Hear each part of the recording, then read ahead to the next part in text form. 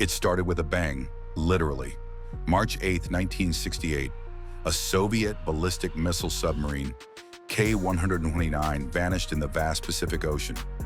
No distress signal, no survivors, just gone. The Soviets scrambled to find her, but the ocean gave nothing back. But thousands of miles away, the United States had been listening. Hidden undersea microphones, part of a top-secret U.S. Navy program, had picked up something. A low rumbling sound. Deep, metallic, the sound of death. It matched the moment K-129 went silent.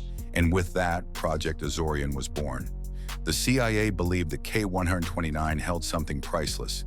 Soviet nuclear missiles and, more importantly, codebooks and launch systems. The kind of secrets that could turn the tide of the Cold War. But there was a problem. K-129 had sunk to the bottom of the Pacific Ocean, 16,000 feet down, 3 miles beneath the surface. No one had ever attempted a recovery from that depth. Not even close. But the CIA wasn't about to let that stop them. They needed a cover, a reason to be out there. So they came up with a wild plan: build a fake mining ship. The agency turned to Howard Hughes, the eccentric billionaire, inventor, and recluse. Through his company, the CIA would build a massive ship called the Glomar Explorer, supposedly designed to mine minerals from the ocean floor. The real mission? Grab an entire Soviet submarine without anyone knowing. The ship was a marvel of engineering, built with a massive claw-like device called the capture vehicle, designed to descend to the ocean floor, grab the wreck, and slowly lift it back up, all while pretending to be on a civilian deep-sea mining mission. It was so ambitious, so insane, that even some CIA officials thought it was science fiction. But by 1974, it was ready.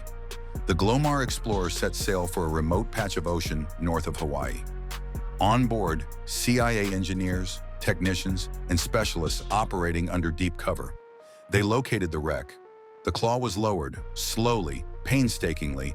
It gripped part of the submarine and began to lift.